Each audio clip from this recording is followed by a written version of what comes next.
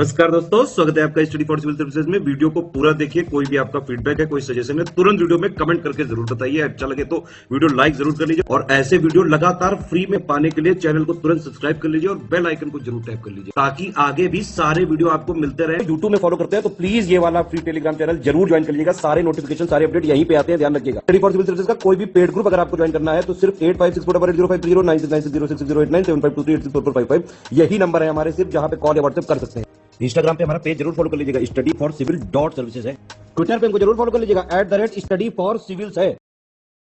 नमस्कार दोस्तों, एक बार फिर से आपका बहुत बहुत स्वागत है स्टडी फॉर सिविल सर्विसेज में। और मैं एसके त्रिपाठी आज आप सभी के साथ जो हमारी daily current affairs news analysis की सीरीज है उसको यहाँ पर बाइलिंगुअल मैनर में कंटिन्यू करूंगा, कवर करूंगा। और जैसा कि आप लोग स्क्रीन में देख पा रहे होंगे कि ये जो आर्टिकल्स हैं वो गवर्नमेंट की जो लीडिंग वेबसाइट्स हैं और जो लीडिंग न्यूज़पेपर्स हैं वहां से कलेक्ट किए जाते हैं, फिर आप लोगों को यहाँ पर अवेलेबल कराए जाते हैं, जो आप लोगों के लिए स्पेशली फॉर यूपीएससी, सीएससी और उसके साथ ही जो आपके स्टेट पीसीएस के एग्जामिनेशंस होते हैं उनके लिए प्रीलिम्स और मेंस दोनों ही दृष्टिकोण से बहुत ही ज्यादा लाभदायी सिद्ध होगी ये सीरीज। तो आप लोग इस सीरीज को सतत रूप से देखें और इसका महत्तम लाभ भी अर्जित करें। साथ ही दोस्तों मैं आपको यह भी बता देना चाहता हूं कि अगर आपने इस वीडियो में 10,000 लाइक्स का टारगेट कंप्लीट किया तो आप लोगों को जो इसकी पीडीएफ है वो फ्री ऑफ कॉस्ट प्रोवाइड कराई जाएगी। उसके लिए आप हमारा टेलीग्राम का चैनल ज्वाइन कर लें, जिसका एड्रेस यहां पर शो हो रहा है, ठीक है, स्क्रीन में शो हो रहा है ये। इसके साथ ही आप इंस्टा का पेज भी फॉलो कर लीजिए,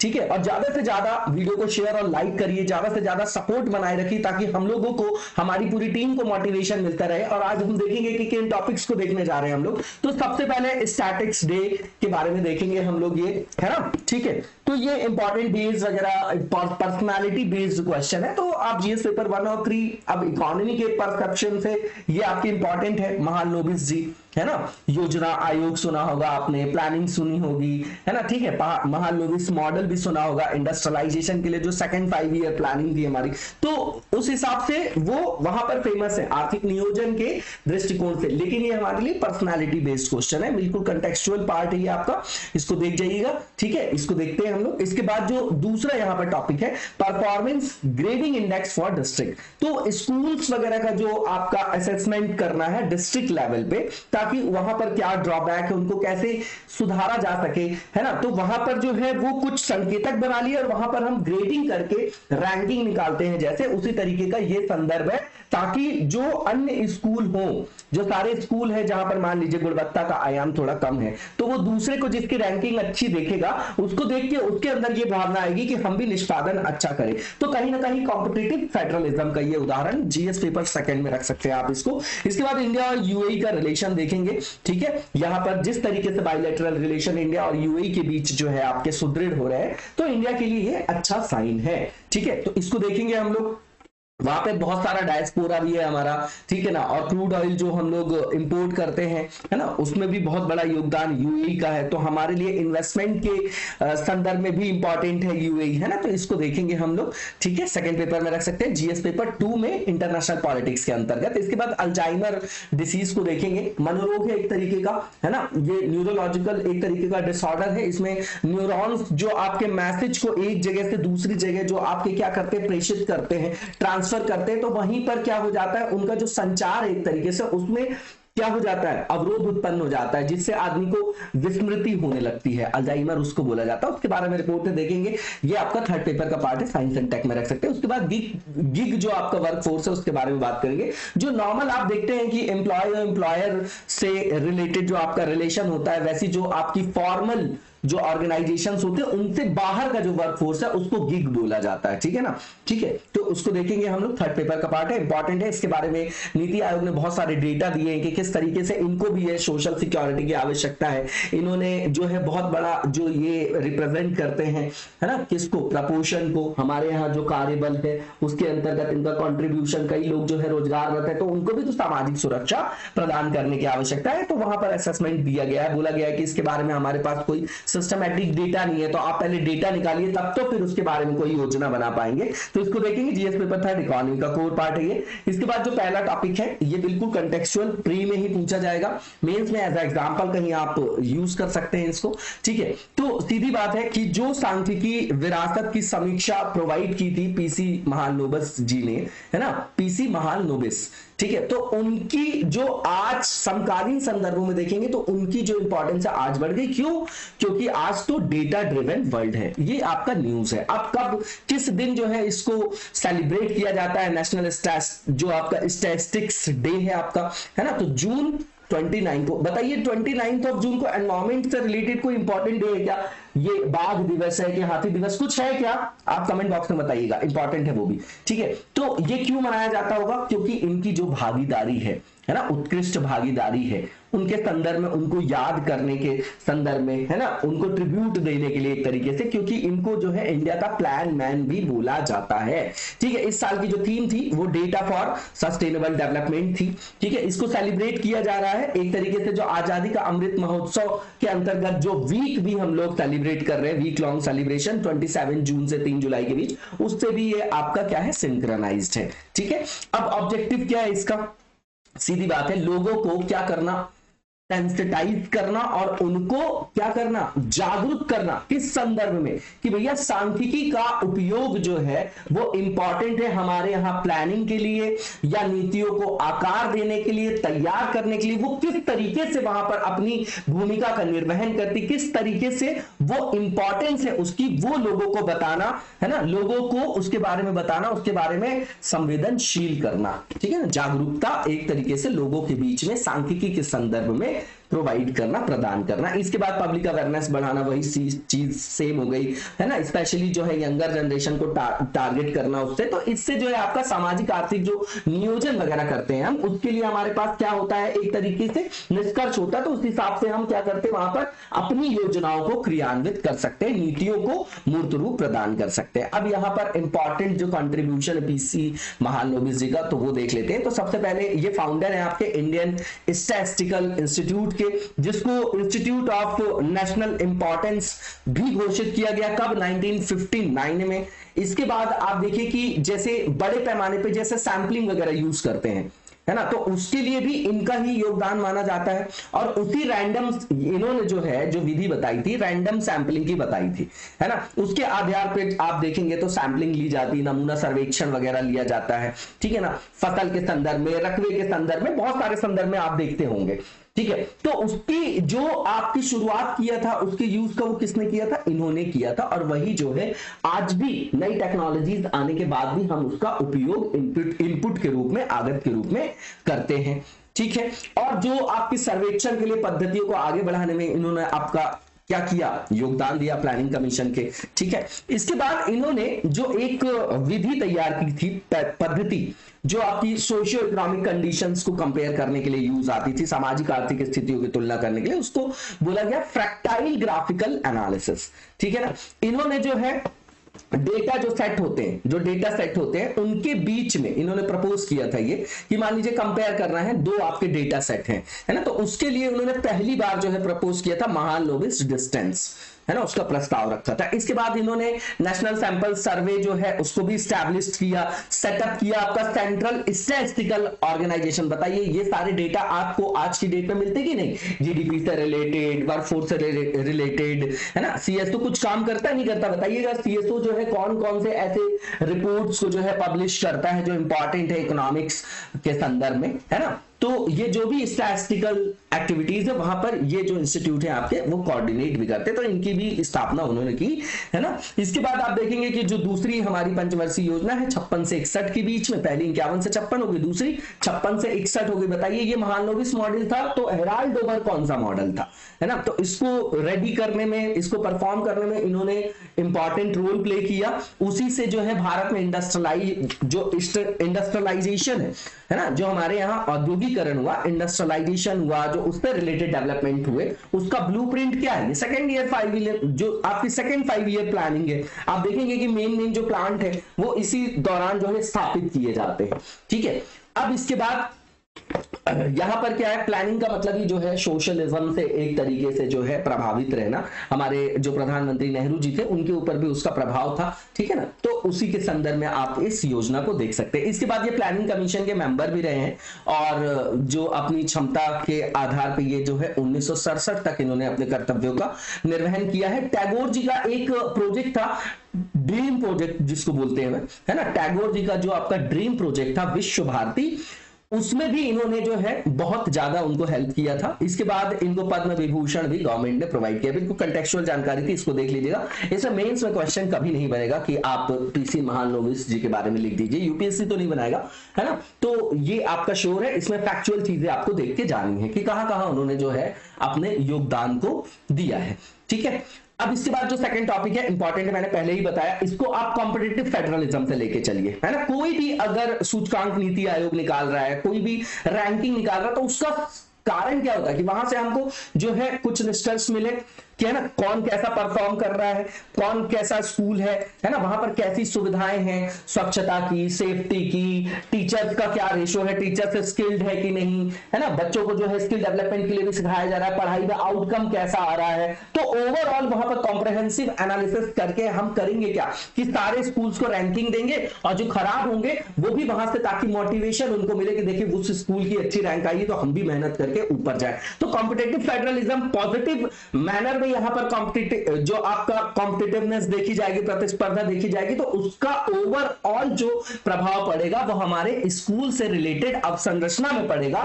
वहां पर गुणवत्ता के आयाम पे वहां पर उन्नयन होगा, है ना। तो वहां पर क्या होगा, मानव संसाधन का जो विकास होना है उसका एक अहम हिस्सा क्या स्कूल ही तो है ना, ठीक है। तो इसी आधार पर जो है पहली जो है आपकी रिपोर्ट जारी की गई है, किसके द्वारा, तो डिपार्टमेंट है स्कूल एजुकेशन और लिटरेसी। मिनिस्ट्री कौन सी आएगी, एजुकेशन की, जिसने पहली बार ऐसा रिपोर्ट जो है निकाला है। परफॉर्मेंस ग्रेडिंग इंडेक्स, और याद रखिएगा डिस्ट्रिक्ट लेवल पे निकाली गई है ना, तो 2018-19 और 19-20 के लिए। अब यहां पे जो आपका ये बताया जा रहा है इंपॉर्टेंस, तो भारत में सारे सिस्टम जो है सबसे लार्जेस्ट है, हमारे यहाँ इतनी ज्यादा पॉपुलेशन है, तो इंडियन एजुकेशन सिस्टम जो है लार्जेस्ट है वर्ल्ड में। यहाँ पर 50 लाख अप्रॉक्स स्कूल है और 97 लाख टीचर है और 26 करोड़ स्टूडेंट है ना, जो कि आपके भिन्न भिन्न समाजार्थिक जो है आपके बैकग्राउंड से आते हैं, समाज आर्थिक पृष्ठभूमि से आते हैं। अब ये जो आपका इंडेक्स है इसके बारे में देख लेते हैं कि करता क्या है ये। तो भैया ये आकलन करता है किसका, स्कूल के अंतर्गत एजुकेशन सिस्टम का किस टीयर पे, तो डिस्ट्रिक्ट लेवल पे, ठीक है ना। और उसके लिए जो है कॉम्प्रिहेंसिव एनालिसिस के लिए ये इंडेक्स का निर्माण करता है, ठीक है।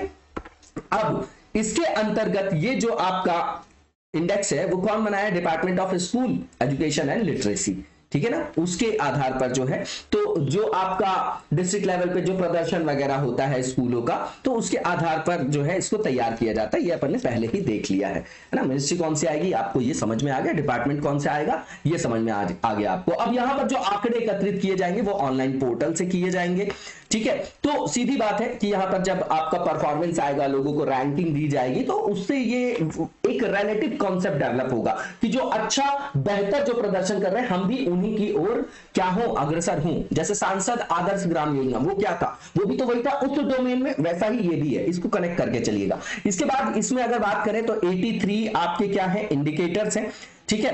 और जो उनका वेटेज है उनके लिए जो 600 जो है पॉइंट्स का वेटेज रखा गया है और इनको 6 श्रेणियों में जो है वो वर्गीकृत किया गया है। उनका एक समूह बनाया गया है 6 वर्गीकरण के अंतर्गत, जिसमें सबसे पहला इंपॉर्टेंट है आउटकम्स, उसके बाद इफेक्टिव क्लासरूम ट्रांजैक्शन, ठीक है, ये भी आउटकम से ही रिलेटेड है। इंफ्रास्ट्रक्चर फैसिलिटी कैसी है, स्टूडेंट्स को एंटाइटलमेंट्स कैसे दिए जा रहे हैं, स्कूल के अंदर सेफ्टी के क्या प्रोविजंस है, चाइल्ड को जो बच्चे वहां पर उनकी सुरक्षा का क्या मेजर है, डिजिटल लर्निंग कैसी है, गवर्नेंस प्रोसेस, तो इन सबको वहां पर रखा जाता है। फिर वहां पर जो है आपका प्रदर्शन को बताया जाता है, ठीक है। अब इसके अंतर्गत आप देखेंगे तो डिस्ट्रिक्ट को जो है आपके 10 ग्रेड्स में डिवाइड करके रैंकिंग दिया जाएगा। सबसे पहले हाईएस्ट अचीवेबल ग्रेड है ना, जो दक्ष है आपका, दक्ष बोला जा रहा है ना, वो आपका दक्ष है, जिसमें इस श्रेणी में क्या होगा कि जिनको कुल अंकों के 90% से अधिक अंक प्राप्त होंगे, जैसे 600 है तो उसमें 90% से अधिक अंक प्राप्त होंगे जिन जिलों को, उनको ये ग्रेड मिलेगा। सबसे निचले ग्रेड को जो प्राप्त करने वाले जिले हैं उनको आकांक्षी 3 बोला जाएगा। जैसे गरीब राज्यों को, बीमारू राज्यों को आकांक्षी बोलते हैं, वैसे यहां पर आप देखिए आकांक्षी 3rd बोला जाएगा, जिनका स्कोर 10% से जो 10% तक जो इनका स्कोर रहेगा उनको बोला जाएगा, ठीक है ना। उत्कृष्ट जो आपका उत्कर्ष है ना, याद रखिएगा उत्कर्ष कैटेगरी में कौन कौन आएंगे, तो 81 से 90% के बीच वाले, उसके बाद अति उत्तम 71 से 80, फिर 61 से 70 उत्तम, और जो आपका प्रचेष्टा है 51 से 60, प्रचेष्ट सेकंड और प्रचेष्ट थर्ड को 41 से 50 और 31 से 40 रखा है। ये एक बार देख लीजिएगा, बिल्कुल रेंज वाइज है,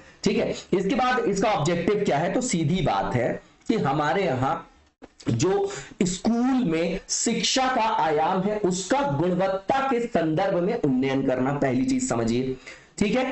तो जहां पर भी जिन जिलों में जिन स्कूलों का परफॉर्मेंस अच्छा नहीं होगा तो उनको प्रायोरिटी में रख के उनकी जो आपके परफॉर्मेंस है उसमें सुधार के लिए, उनको उच्चतम ग्रेड तक पहुंचाने के लिए क्या हो पाएगा, वहां पर हम योजना बना सकेंगे, वहां पर हस्तक्षेप करके उनकी मदद कर सकेंगे, ठीक है। उसके अलावा वहां पर विकेंद्रीकृत तरीके से, एक तरीके से डिस्ट्रिक्ट लेवल में जा रहे हैं तो डिसेंट्रलाइज्ड आपका तरीका है यहां पर, और उसके द्वारा जो है टोटल जो परफॉर्मेंस है स्कूलों की उसमें सुधार करने में मदद किया जाएगा, ठीक है ना, और उनकी कमियों को उससे पहचाना जाएगा। यही उद्देश्य है, नॉर्मल सी चीज है, आप देख जाइएगा इसको। अब इसके बाद जो भारत यूएई संबंध है, तो अभी जो है मोदी जी ने 2 शिखर सम्मेलन वहां पर जो है आपका अटेंड किया, इसलिए ये आपका इंपॉर्टेंट है। अब इंडिया और यूएई का जो आपका रिलेशनशिप है उसको देख लेते हैं। तो ऐतिहासिक अगर हम पृष्ठभूमि देखें तो 1966 में जो यहाँ के शासक थे अबू धाबी के एच शेख जायद बिन सुल्तान अल नाहयान, जब वो वहां पर आए तो उसके बाद फिर 1971 में यूएई फेडरेशन बना और उसी के बाद फिर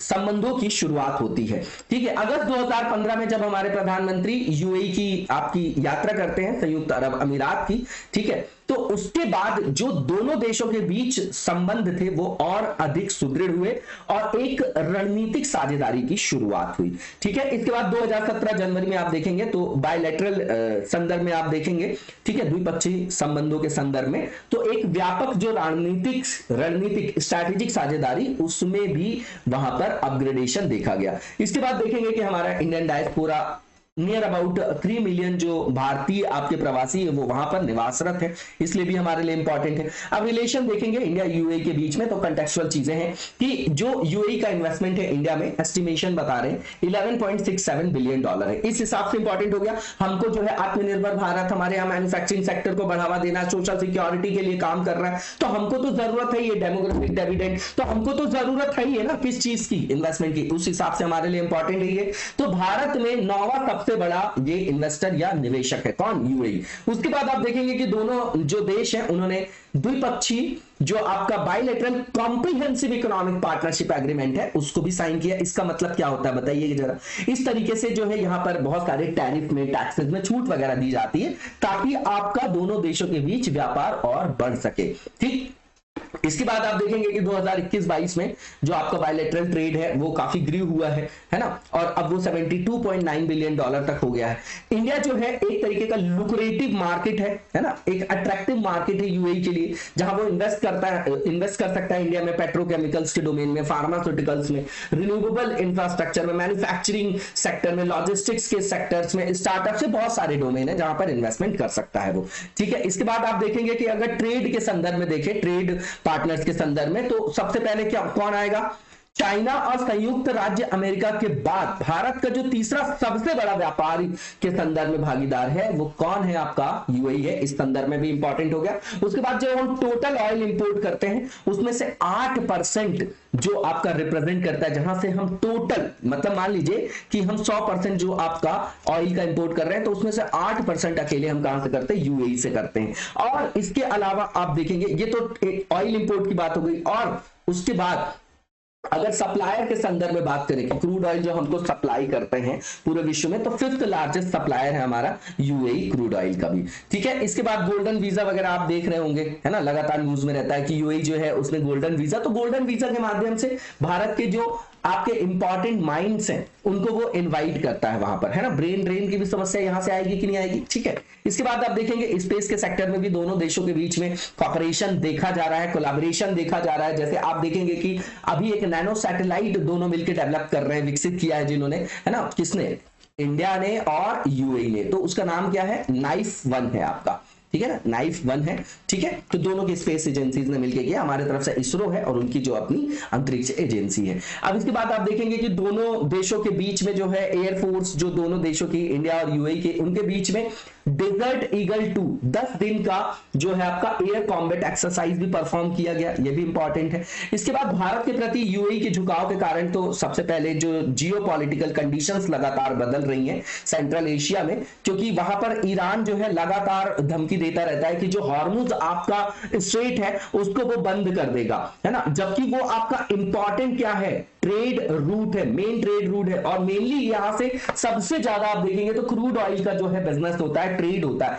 तो अगर वो बंद कर देगा तो फिर उसके लिए विकल्प की जरूरत पड़ेगी, किसको, यूएई को। इसलिए भारत के प्रति यूएई का झुकाव बढ़ता जा रहा है। इसके बाद आप देखेंगे कि जो पाकिस्तान से एक्सपेक्ट कर रहा था यूएई, वहां पर भी पाकिस्तान फेल हो गया, है ना, तो इसलिए भी जो है भारत की तरफ झुकाव है। तीसरा ये कि सबसे इंपॉर्टेंट चीज, इंपॉर्टेंट डेस्टिनेशन के रूप में है इंडिया ऑयल और एनर्जी परचेज के संदर्भ में, ठीक है ना, ये सब झुकाव के कारण है, इंपॉर्टेंट है, ये देख जाइएगा। इसके बाद आप देखेंगे कि जो मैसिव सोवरेन वेल्थ फंड है यूएई का, है ना, वो आपका भारत के विकास में, किस तरीके का विकास, इंफ्रास्ट्रक्चर में डेवलपमेंट के लिए एक विशेष या सबसे वृहद संसाधन के रूप में वो हम उसको उपयोग कर सकते हैं, ठीक है ना, ठीक है। हमको इन्वेस्टमेंट की जरूरत है, उसके लिए जो मैसिव सोवरेन वेल्थ फंड है आपका यूएई का, वो भी हमारे लिए लाभप्रद होगा, ये समझ लीजिए। उसके बाद आतंकवाद के मुद्दे में भी दोनों देश एक दूसरे को क्या कर रहे हैं, कॉम्प्रिहेंसिव मैनर में क्या कर रहे हैं, सपोर्ट कर रहे हैं,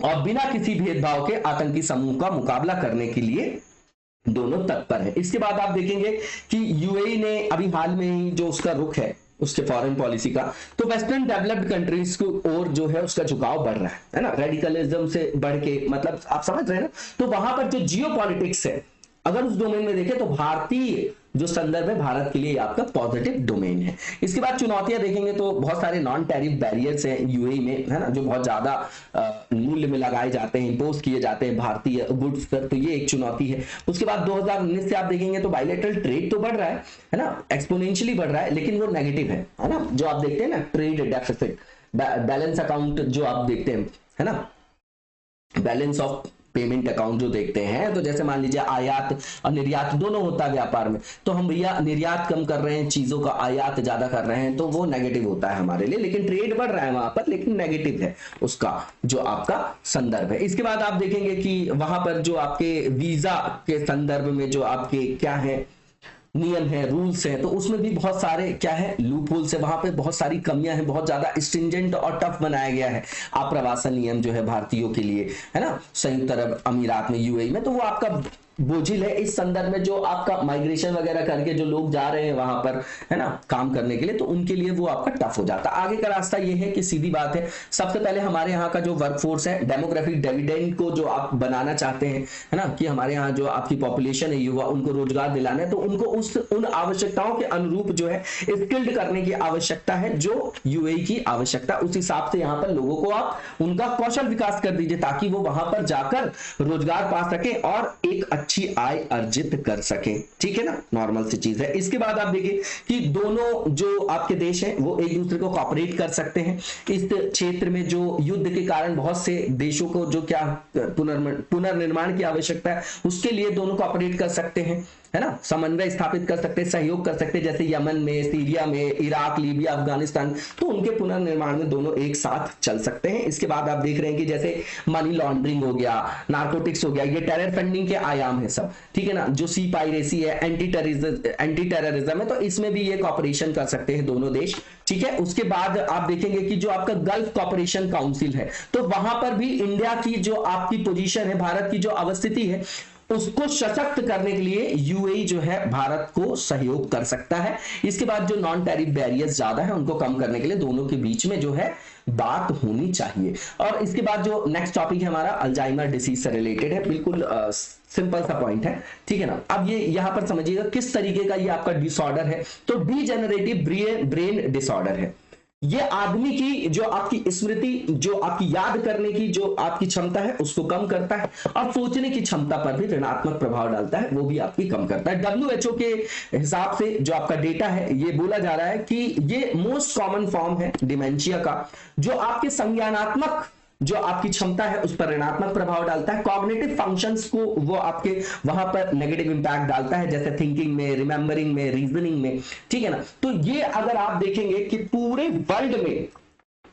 वर्ल्ड में इस तरीके के जो आपके न्यूरोलॉजिकल डिसऑर्डर हैं उसमें 60 से 70% मामलों में इसका योगदान है, ठीक है, ठीक। और ये आपका एक तरीके का आम रूप है ना, कॉमन फॉर्म है किसका, डिमेंशिया का। अब ये आपका क्या समय के साथ लगातार बढ़ता जाता है ये, और ये अपरिवर्तनीय है, इरिवर्सिबल है ना, फिर ठीक नहीं हो सकता, क्योर नहीं किया जा सकता। इसमें शुरुआत में ये होता है कि धीरे धीरे मेमोरी लॉस होती है, फिर धीरे धीरे ये बीमारी जो है गंभीर होती जाती है, और फिर आने वाले टाइम पे जो आपके पेशेंट वगैरह इससे जो ग्रसित होते हैं आपके, वो बेचारे बिल्कुल ईजी टास्क करने की भी कैपेसिटी जो है उनमें नहीं रह जाती है। इसके बाद आप देखेंगे कि इसको जो है आपके इसकी जांच किसने की थी, कैसे इसके हिस्टोरिकल बैकग्राउंड, कैसे ये जो है लोगों को पता चला इस बीमारी के बारे में। तो जब डॉक्टर एलियोस अल्जाइमर थे, उन्होंने 1906 में एक व्यक्ति ने याददाश्त हो चुकी थी, है ना, जो आपका एक व्यक्ति थे, उनको मेमोरी लॉस हो चुका था और उनकी डेथ हो गई, तो उनके मस्तिष्क की जांच की, तब उन्होंने निकाला कि ये जो रोग की विकृति है मस्तिष्क में, उसका एक रीजन है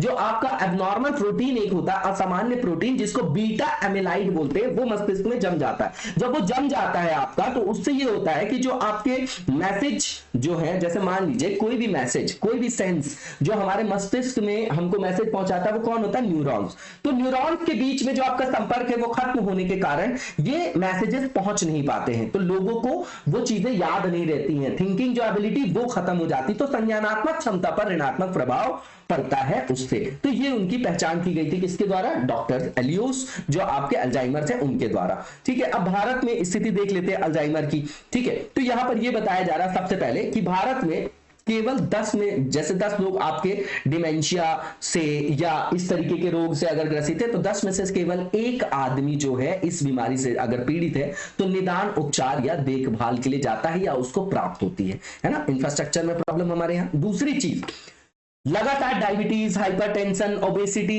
ये सब बढ़ता जा रहा है, तो इसके कारण ये बोला जा रहा है कि आने वाले डिकेड्स में, दशकों में भारत में अल्जाइमर जैसी, डिमेंशिया जैसी जो घटनाएं हैं उसमें लगातार वृद्धि होगी। इसके बाद द लैंसेट में इस साल जो आपका पब्लिश हुई है report, global burden of disease study, उसके अनुसार ये बोला जा रहा है कि 2019 में जो हमारे यहाँ टोटल 3.84 मिलियन मामले थे इस तरीके के, तो 2050 तक अल्जाइमर सहित जो आपके ये कॉग्निटिव, जो भी कॉग्निटिव आपकी एबिलिटी उस पर ऋणात्मक प्रभाव डालने वाले जैसे रोग है, डिमेंशिया जैसे, तो इनमें जो वृद्धि हो जाएगी वो 3.84 से 2050 में 11.44 हो सकती है, जिसमें ये बोला जा रहा है कि इसमें 197% तक की ग्रोथ देखी जा सकती है, तो देखी जाएगी।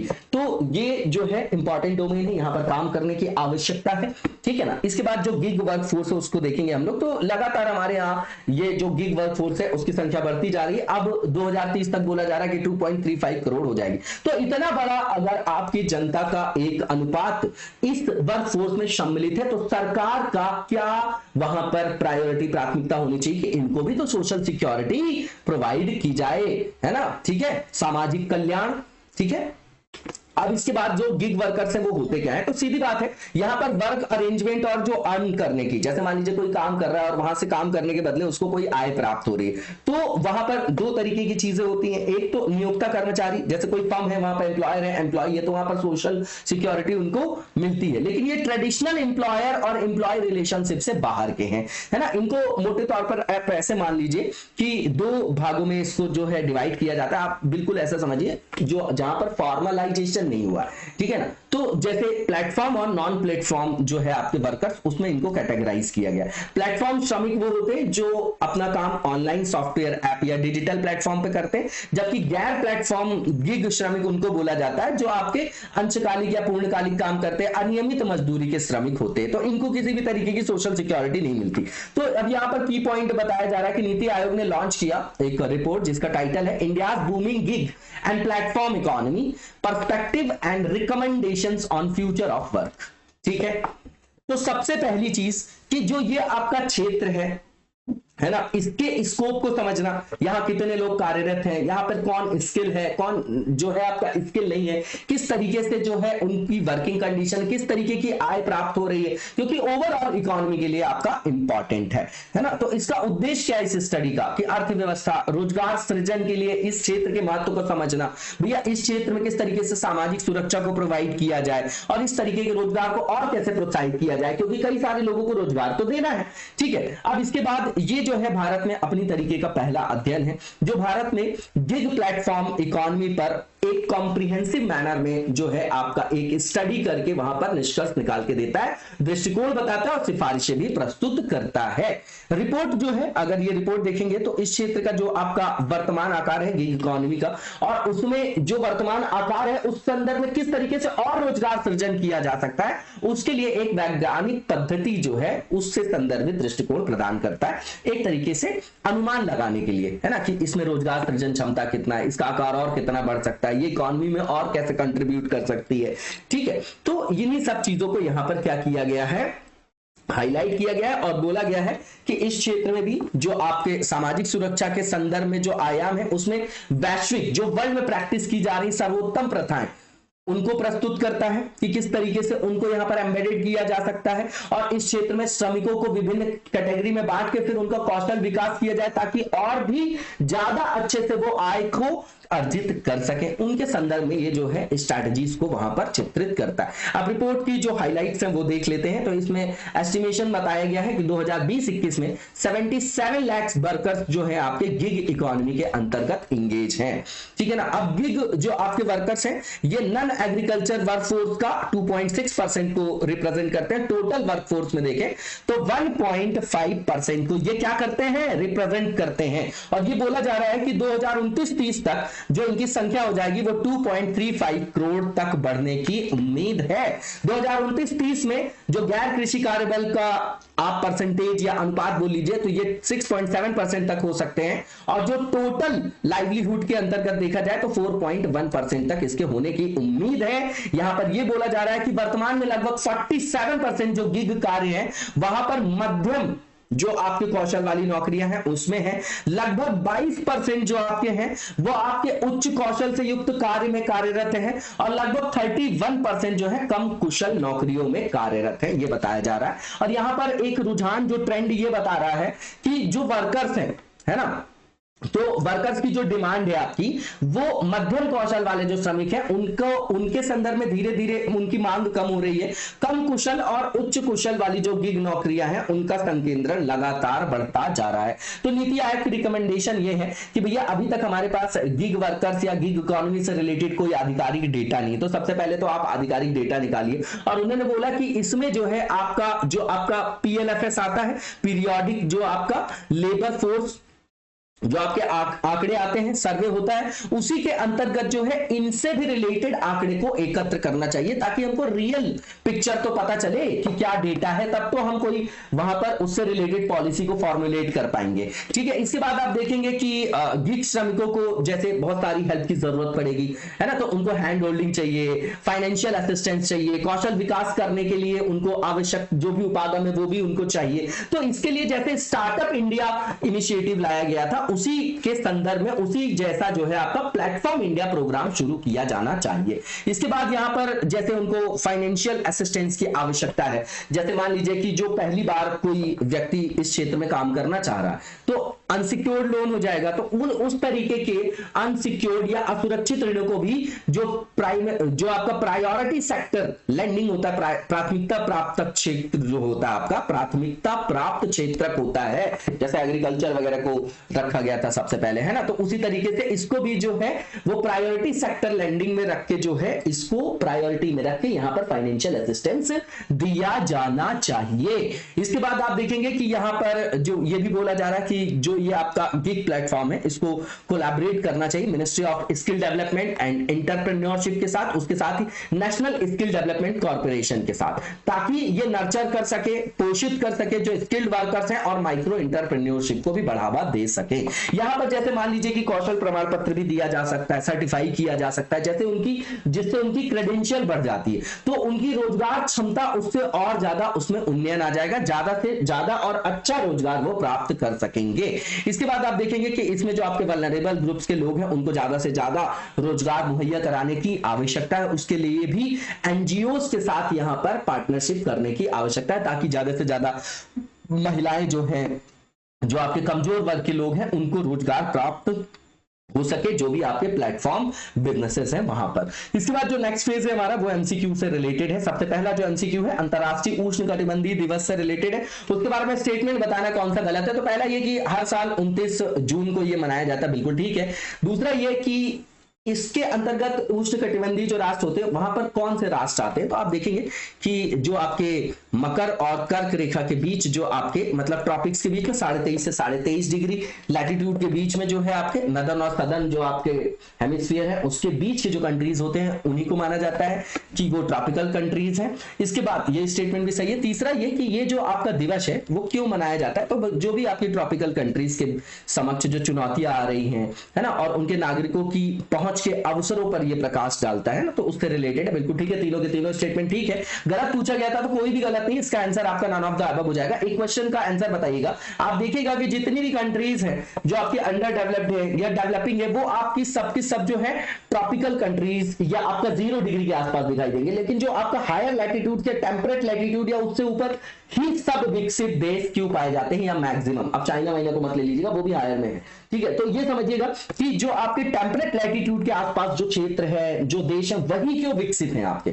इस पर थोड़ा सा सोचिएगा और कमेंट बॉक्स में बताइएगा, ठीक है। और कमेंट जरूर किया करिए। तो गलत पूछा गया था तो कोई भी गलत नहीं, इसलिए इसका आंसर आपका नॉन ऑफ द अबव हो जाएगा, क्योंकि सारे सही है। इसके बाद जो नेक्स्ट क्वेश्चन है गोल्डन अचीवमेंट अवार्ड, उसके बारे में स्टेटमेंट दिए गए, बताना कौन सा ट्रू है। तो पहला ये कि जो विजय अमृत राज हैं इंडिया के, उनको जो है 2021 का गोल्डन अचीवमेंट अवार्ड दिया गया है, ठीक है, बिल्कुल ठीक है, टेनिस खिलाड़ी है और ये भारत से इस पुरस्कार के पहले प्राप्त करता है, बिल्कुल ठीक है। दूसरा स्टेटमेंट भी। तीसरा ये कि international tennis hall of fame और इंटरनेशनल टेनिस फेडरेशन के द्वारा ईयरली या एनुअली जो है इस तरीके के अवार्ड को प्रस्तुत किया जाता है। तो तीनों के तीनों स्टेटमेंट बिल्कुल ठीक है, सही है, और यहां पर सही ही पूछा जा रहा था, इसलिए इसका आंसर आपका ऑल ऑफ द अबव भी हो जाएगा। इसी के साथ आज के वीडियो को यहीं पर विराम देंगे, नेक्स्ट वीडियो में कंटिन्यू करेंगे। तब तक लगातार जबरदस्त तरीके से पढ़ते रहिए और आगे बढ़ते रहिए। Thank you so much, best of luck.